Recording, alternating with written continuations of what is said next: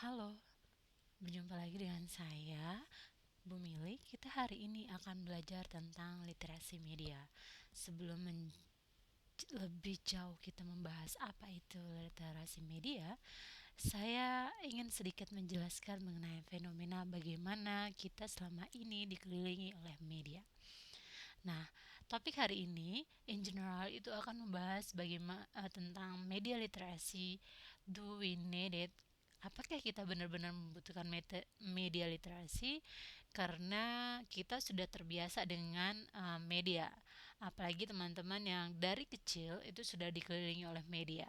Nah, sejatinya kalau sudah terbiasa, ada asumsi bahwa mereka sudah cukup native. Mereka merupakan digital native yang sudah tahu cara menggunakan media dan tidak perlu yang namanya literasi media. Tapi apa betul begitu? Ayo kita cek. Nah, pertanyaannya simple. Saya ingin tanya ke teman-teman, can we live without media? Bisa nggak kita hidup tanpa media? Media di sini bisa mass media kayak televisi, radio, eh, koran, bisa juga sosial media. Bisa nggak kira-kira kita hidup sehari saja tanpa media? Saya yakin sebagian besar akan menjawab no, we can't. Kenapa? Karena kita sudah terbiasa dari kecil dikelilingi oleh media tadi. Kayak misalnya bangun tidur, ketika kita pengen sarapan, mungkin orang tua memberikan kita gadget yang kamu bisa makan sambil nonton. Apakah itu nonton televisi atau nonton YouTube. Terus juga sekarang ketika dewasa, kebiasaan itu terus terbentuk. Kayak misalnya bangun tidur, apa yang pertama kali kamu pegang atau kamu cari? Pasti handphone. Nah, ketika ketemu handphone, apa yang teman-teman lakukan? Apakah melihat hari ini jam berapa atau melihat apakah ada notifikasi di handphone masing-masing? Nah, saya yakin dua aktivitas inilah yang teman-teman lakukan di pagi hari ketika bangun tidur. Nah, makanya dari kita itu susah sekali untuk memisahkan kehidupan sehari-hari kita dari media. Bayangin tadi bangun tidur langsung mencari HP. Terus kita bangun pengen ke toilet. Misalnya kita ingin mandi atau ingin pup. Handphone pasti kita bawa, terutama bagi mereka yang suka banget nongkrong di WC sambil megang handphone. Sambil nongkrong di toilet, scrolling Instagram ataupun Twitter, kita mengakses informasi. Rasanya sekarang ini orang bilang gak bisa pup kalau nggak bawa handphone. Nah, ini juga menjadi sebuah ketergantungan. Selesai dari toilet, kita keluar, berpakaian, sarapan. Nah, sarapan juga kita nggak bisa lepas dari media. Kenapa? Rasanya boring ketika kita hanya melakukan satu aktivitas. Maka rata-rata orang ketika sarapan dia akan mencari media lain untuk menjadi teman. Entah itu mendengarkan musik, menonton YouTube, atau menonton TV, banyak aktivitas lain. Nah, ini sebenarnya memberikan apa ya, suatu efek negatif yang mungkin teman-teman tidak sadari. Ada yang namanya kita ketika orang di era digital ini jarang sekali yang mindfulness.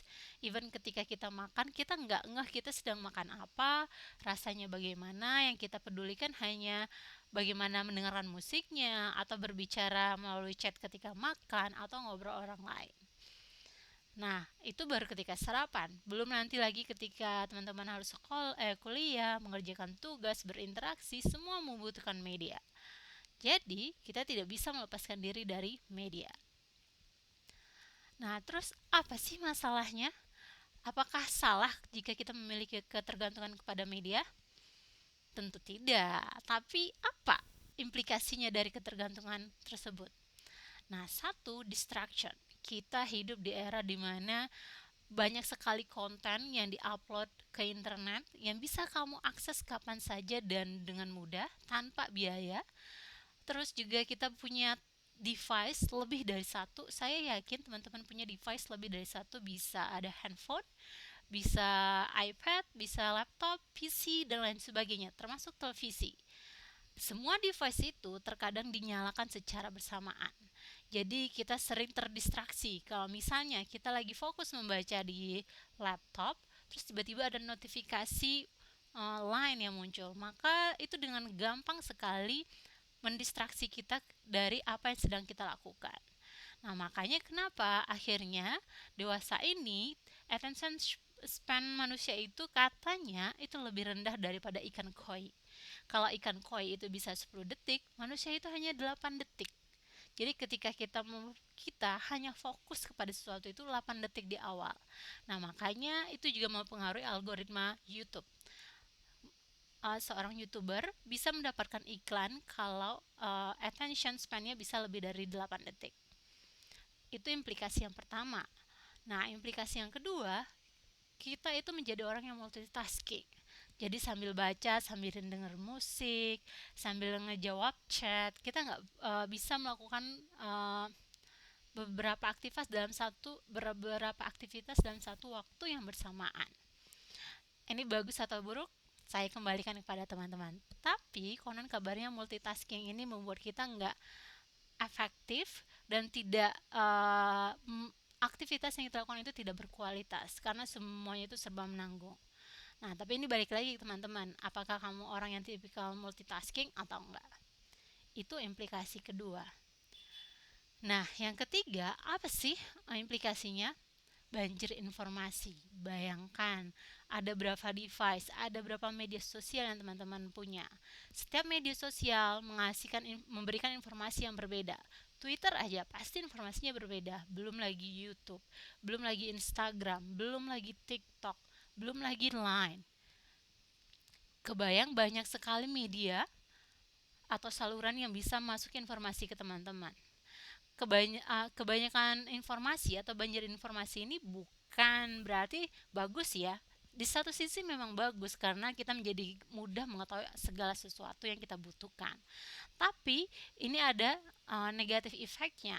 Apa sih negatif efeknya? Ada yang namanya information anxiety. Jadi orang-orang timbul kekhawatiran atau kecemasan ketika informasinya terlalu banyak. Selain itu, kita juga bingung membedakan mana sih informasi yang benar, mana yang fake news, mana yang disinformasi. Kita nggak pernah tahu. Karena semua orang berlomba-lomba menjadi content creator, memproduksi informasi. Walaupun teman-teman bukan seorang YouTuber atau selebgram, dengan tweet yang teman-teman lakukan atau posting di IG, itu sudah menambah informasi, jumlah informasi yang beredar di internet. Bayangkan satu orang dalam satu hari upload satu status saja atau satu konten, berapa konten yang ada di internet dalam satu hari. Nah, ini harus hati-hati. Disinilah makanya teman-teman harus bisa menyaring informasi yang masuk. Nah, apa sih implikasi berikutnya? Yang keempat adalah well-being. Ini tidak bisa dipungkir lagi ya, dengan banyaknya media, ketergantungan terhadap media, kita cenderung, kalau kata Potter itu, well-being kita akan terganggu. Kita menjadi orang yang penuh dengan anxiety, terus juga kita suka comparing ourselves with others. Kita juga bisa FOMO, fear of missing out. Nah, itu sebenarnya side effect dari media sosial, digital media tanpa teman-teman sadari. Kayak misalnya aja teman-teman melihat status Instagram atau Instastory dari teman kamu, itu secara tidak langsung akan memberikan efek tertentu kepada kamu, termasuk juga FOMO tadi. Nah, selain itu, ketergantungan media tadi juga menyebabkan orang-orang di zaman sekarang itu in hurry. Jadi semuanya itu pengen serba cepat, berlomba-lomba bahwa sesuatu itu bisa dicapai dengan instan. Karena dengan melihat postingan orang lain di media sosial. Padahal segala sesuatu itu butuh yang namanya usaha. Nah, yang terakhir, implikasinya adalah polarisasi. Apa sih polarisasi? Polarisasi, kalau teman-teman pernah dengar, ini biasanya diidentikan dengan politik, di mana di media sosial itu selalu ada dua kubu, kubu Jokowi atau kubu Prabowo, kubu pemerintahan atau kubu oposisi. Nah, dengan banyaknya informasi, ketergantungan banyaknya media tadi, kok polarisasi tadi itu semakin terbentuk. Setiap kelompok di masyarakat itu makin menjauh, jadi tercipta yang namanya gap tadi, Jadi orang-orang yang pro Jokowi akan semakin meyakini bahwa Jokowi adalah pemimpin yang benar dan yang tepat, sedangkan orang-orang pro Prabowo akan menganggap bahwa kelompok mereka lah yang benar. Nah, ini akibat banyaknya informasi tadi, polarisasi pun terbentuk, termasuk juga misinformation, disinformation, membuat kita bingung informasi mana yang betul. Nah, polarisasi tadi juga menimbulkan yang namanya hate speech, ujaran kebencian. Coba deh teman-teman amati, di media sosial kita sering banget nemuin yang namanya ujaran kebencian.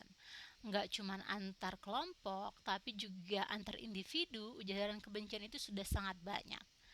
Nah, ini akibat dari uh, ketergantungan kita pada media. Semua yang kita peroleh itu dari media dan kita tidak dapat memilahnya, sehingga memberikan dampak kepada kita berupa distraction, multitasking, information flow, well-being, dan polarisasi.